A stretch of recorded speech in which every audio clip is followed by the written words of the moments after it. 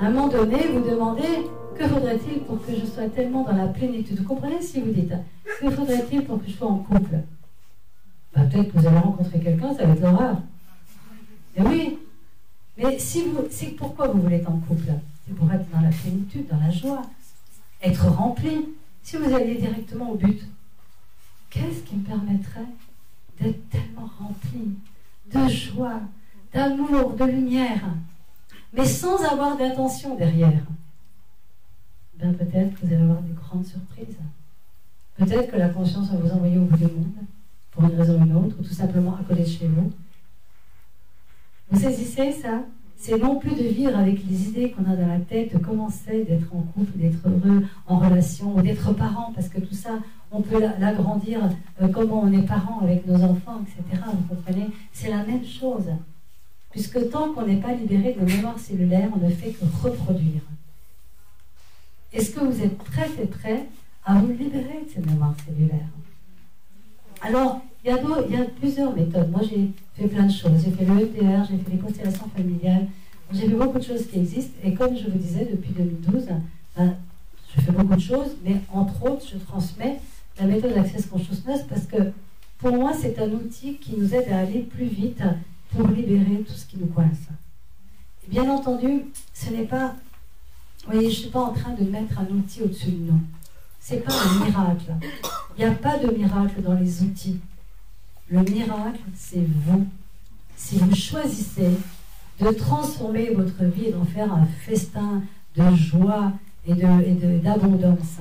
Mais ça commence là. Un jardinier, le plus meilleur des jardiniers, même s'il a des outils fantastiques, s'il reste assis à rien faire, il n'y aura rien dans son jardin. Donc la personne la plus précieuse, c'est vous, mais pas vous toute seule. Vous savez, il y a un poète soufi qui a dit l'échec, c'est égal à vous moins Dieu. Alors moi, je ne vais pas dire Dieu, puisque j'aime bien la connotation qui ne soit pas de connotation religieuse, mais je vais dire l'échec, c'est égal à vous moins la conscience.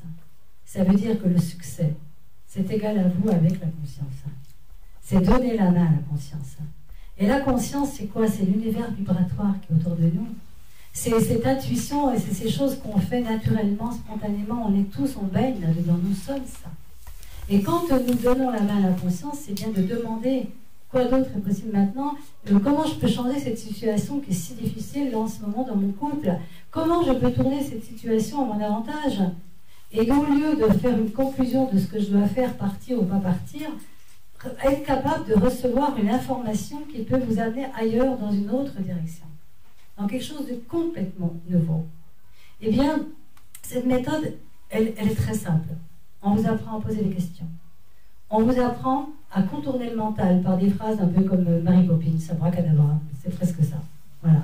Parce que le mental, vous comprenez, parce que le mental, il est tellement là pour nous garder dans ce qu'on a toujours été. Il est gentil le mental. Les gens ils disent faut tuer le mental. C'est quoi cette histoire? Faut tuer l'ego. Mais non, on a une identité. C'est pour ça qu'on est souvent on est dans un corps. Il faut juste pas lui donner le premier rôle. C'est un serviteur. Mais le mental, comme il a été formé avec le capitaine et à tout gérer, si vous commencez à poser des questions, à faire monter des mémoires qui sont prêtes à partir, il va vouloir dire stop. Donc on dit des phrases un peu bizarres dans le test, un petit peu pour que le mental, à un moment donné, il soit et puis hop, la mémoire peut s'en aller. Et puis il y a ce fameux outil où les doigts sur la tête. Donc demain, d'ailleurs, on fait une journée de formation là-dessus. Et que j'encourage vraiment tout le monde à apprendre à faire ça. Pourquoi? Parce qu'en une journée, vous apprenez à mettre vos doigts sur la tête de quelqu'un, sur 32 points, que si vous mettez les points en symétrie, que vous les activez, mettez les points comme vos doigts comme ça, là, vous avez mal à la tête, vous faites ça, puis vous mettez de l'autre côté, moi j'arrive pas avec le micro, ça crée une barre électromagnétique. Et cette barre électromagnétique, elle a la possibilité de dissoudre tous les points de vue fixes de mémoire que vous ne savez même pas que vous avez dans les zones que vous allez activer. Et du coup, vous allez vous libérer en fait de tout ce qui vous empêche d'être conscient et d'être heureux et joyeux. En fait, tout ce qui n'est pas ce que vous êtes vraiment totalement, l'être infini, rayonnant et lumineux, tout ce qui n'est pas ça peut s'en aller si vous êtes prêt à justement à à rayonner de cette magnificence que vous êtes.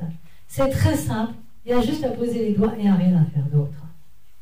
Donc, est-ce que c'est quelque chose qui vous intéresse de libérer vos mémoires? Ça peut être ça, mais ça peut être... Je pense qu'il y a d'autres méthodes. Vous voyez, il se trouve que moi, je fais ça, et que je trouve que c'est fabuleux, que ça va 10 fois plus vite. Hein, mais je ne suis pas non plus esclave d'une méthode. C'est ça que je voulais vous dire.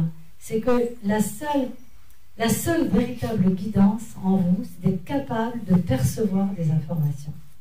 Et si vous percevez des informations, vous saurez quand quelqu'un va être favorable à votre vie ou quand quelqu'un ne l'est pas.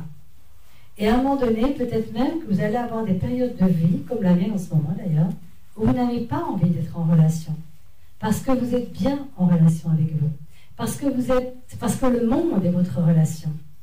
Parce que presque avoir une seule personne dans votre vie est une limitation, une réduction. Sauf peut-être si à un moment donné, il y a une communion possible avec quelqu'un.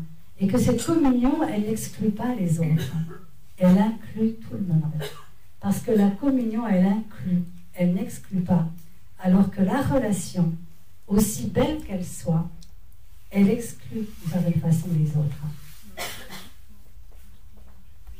Et donc, je voudrais juste... Est-ce que tu peux donner les papiers qui sont sur la table? Ou pas? Il y en a plusieurs. Oui.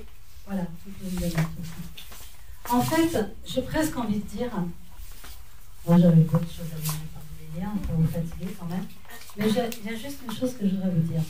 C'est que, vous voyez, aujourd'hui, ce sujet des relations, moi, je le trouve passionnant parce que voilà, on est toujours tous en train de relationner et puis de se quitter, de se séparer, de retrouver, etc. Mais derrière tout ça, derrière tout ce sujet-là, j'aurais pu aborder les enfants, j'aurais pu aborder plein de choses. Il y a retrouvé la magnificence que nous sommes, chacun, individuellement, je dirais, et de voir que si nous acceptions de nous libérer de nos sentiments d'être une victime, de nos sentiments aussi de vouloir nous révolter, parce qu'on pense que c'est ça qui va fonctionner. Et quand on va retrouver en fait son propre pouvoir créatif, et qu'on va réaliser que nos pensées créent le monde, que toutes nos vibrations créent le monde, vous vous rendez compte si 1, 2, 3, 4, 5, 10 personnes arrivent peu à peu à libérer ce qui entrave cette lumière que nous sommes, vous imaginez ce que nous pouvons créer sur cette terre? Est-ce que ça vous parle? Vous savez, certains prophètes parlaient de l'âge d'or. Je me suis toujours demandé c'est quoi l'âge d'or. En 2012, on disait c'est la fin du monde. Chez les Mayas, enfin, c'est une interprétation du calendrier Maya. Or, le calendrier Maya, ça signifie c'est la fin d'un ancien monde et le début d'un nouveau monde. Voilà. Et ce n'est pas pour moi un hasard que cette méthode Access Consciousness qui dit quand même accéder à la conscience, c'est ça quand même l'objectif final, même s'il y a beaucoup de spécialisation pour aller plus des belles relations, l'argent, etc. Mais tout ça, pour moi, sont des prétextes pour devenir tellement plus conscient et tellement conscient de notre rayonnement et de notre lumière. Donc imaginez si chaque personne ici, elle est consciente de sa beauté intérieure et qu'elle n'est plus mendiante, elle n'a plus besoin de demander la confirmation extérieure, donc on n'a plus besoin de rentrer dans des relations de mendiants, de mendicité. Imaginez quand même toutes ces personnes qui se dressent, qui sont joyeuses et lumineuses et qui en rencontrent d'autres, qui n'ont plus peur, qui sont à la fois de la vulnérabilité et la confiance et qui même peuvent ouvrir les bras, ouvrir leur cœur et les prendre dans leurs bras parce qu'il n'y a plus rien qui peut faire peur. Parce que quand vous êtes nourri, quand vous buvez à la source de l'amour, vous voulez avoir peur de quoi? Vous savez, les gens, s'ils se sentent aimés et s'ils s'aiment, ça va être difficile de les envoyer à la guerre. Ils ne vont pas vouloir. Mais les gens qui sont frustrés, qui sont mal dans leur peau, ils vont avoir un sentiment d'existence en allant faire du mal ou tuer ou je ne sais pas quoi. Vous saisissez ça? Alors, je voudrais terminer avec un poème que j'ai écrit il y a quelques temps et que j'aime particulièrement. Et donc, je vous l'offre, comme il est. Il est si simple d'ouvrir son cœur quand s'en va le temps de nos peurs.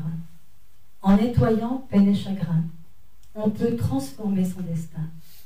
La clé est ici maintenant. Gratitude, à chaque instant. Ouverture à la conscience, célébration de la présence. Face aux épreuves, ouvrons les yeux en évoquant le nom de Dieu. Oh, mais pas celui qui condamne et blâme, mais celui qui élève notre âme. Nous sommes devenus ignorants à l'image de nos parents et de nos gouvernements, tout doucement au fil des ans. Déconnectés de la lumière, nous avons créé notre enfer. Croyant à la séparation, nous semons la désolation. Réveillons-nous, enfants du monde, et éveillons-nous chaque seconde. Le temps est proche de l'âge d'or qui vibre au-delà de la mort. Intensément, réjouissons-nous, fièrement vivons debout. Ne désignons pas des coupables, ne cherchons pas des responsables pour les épreuves que nous créons par nos pensées et nos actions. Car nous sommes les acteurs du scénario de nos malheurs. Redevenons metteurs en scène, changeons le film, changeons le thème. Sortons de l'état de victime qui induit la notion de crime, ouvrant la voie à ces bourreaux attirés par tous les fardeaux et donnant naissance aux sauveurs, fascinés par toutes les douleurs. Victime, bourreau ou bien sauveur sont les trois pièces du malheur. Piège créé par l'humanité, niant sa créativité. Le bonheur se crée, se pratique, hors du triangle dramatique. Nourri de rire et de conscience, il est plus puissant que la science. Faisons des choix et accueillons d'autres possibles, d'autres actions, car demander et recevoir, comme savoir-être et recevoir, peut faire de ce temps, comme savoir-être et percevoir, peut faire de ce monde un royaume, empli de respect de homme. Faisons de la vie une danse, car la joie est notre essence. Agissons par inspiration, et non plus par réaction. Et créons un monde mûr pour les générations futures, en transformant l'amour humain en un nectar d'amour divin. Alors sortira le trésor, l'émergence de l'âge d'or.